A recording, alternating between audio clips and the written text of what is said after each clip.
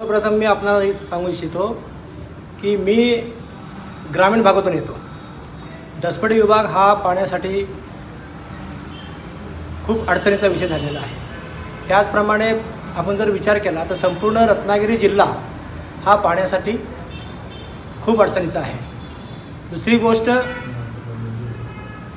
Mumbai Goa highway कित्येक वर्ष पूर्ण झालेला नाही आहे, तर तो पूर्ण व्हावा यासाठी आम्ही तुम्हीचा उद्देश हा आहे की मुळात आजकाल जे चाललेले जे भ्रष्टाचार, दुराचार, लैंगिक अत्याचार हे जे आहेत हे आम्हाला मान्य नाही आहे थोडक्यात। आणि अनेक असे प्रश्न आहेत की इतकी वर्ष आपण आज देशाला स्वातंत्र्य मिळून 75 वर्ष झाली।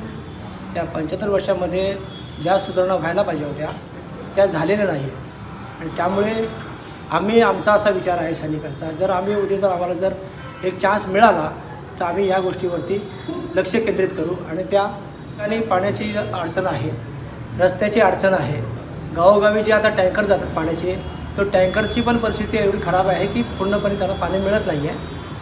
आणि लोक, मी ज्या प्रकारे प्रचार करतो आहे तर मला असं ऐकायला मिळतं आहे, मध्ये रिक्षावाले असतील, एस टीवाले असतील, सगळ्यांच्या समस्या आहेत की आम्हाला सुखसोयीची खूप कमतरता आहे, त्यांना ती सुखसोयी खूप कमी। आमचा अनुभव आता लोक तशी त्याप्रमाणे जर आपण बघितलं तर लोकांच्या ह्याच्यामध्ये लोकांची मनं परिवर्तन झालेली आहेत आणि ती मनं बदली झाल्यामुळे परिवर्तन होईल अशी आम्हाला 100% खात्री आहे। मध्ये असलेल्या ज्या समस्या आहेत, मग त्या रस्त्याच्या असो, पाण्याच्या असो, कॉलेज आहेत, शिक्षणाचा प्रश्न जो आहे तो आम्ही मार्गी